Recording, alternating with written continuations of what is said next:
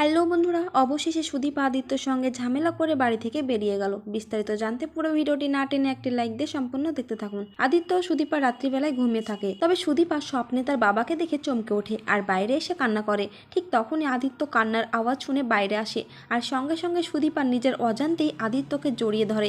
তবে পরমাও ঠিক তখন সেখানে আসে আর তাদেরকে দেখে ফেলে, যেটা দেখে তো পরমা নিজেকে সামলাতে না পেরে ঘরে গিয়ে কান্নায় ভেঙে পড়ে। একটু পরে দেখা যায় আদিত্যর সঙ্গে পরমার দেখা হয়। তখন আদিত্য পরমাকে বলে, আমরা একটা চক্রের মধ্যে জড়িয়ে গেছি পরমা। কিন্তু পরমা বলে, তুমি তো ভালোই আছো, এমনকি সুদীপা তোমার বুকে আশ্রয় পেয়েছে, কিন্তু আমি তো কোথাও আশ্রয় পাইনি। এই বলে সেখান থেকে চলে যায় পরমা। আর এইদিকে তো তাদের কথাগুলো সুদীপা শুনতে পেয়ে যায় আড়াল থেকে আর বাড়ি থেকে চলে যাওয়ার সিদ্ধান্ত নেয়। তারপরে দেখা যায় সকাল হলে সুদীপা ব্যাগ গুছিয়ে রেডি হয়ে যায় হোস্টেলে চলে যাওয়ার জন্য। তবে আদিত্য ও সুদীপার মধ্যে এক প্রকার প্রচণ্ড ঝগড়া শুরু হয়ে যায়।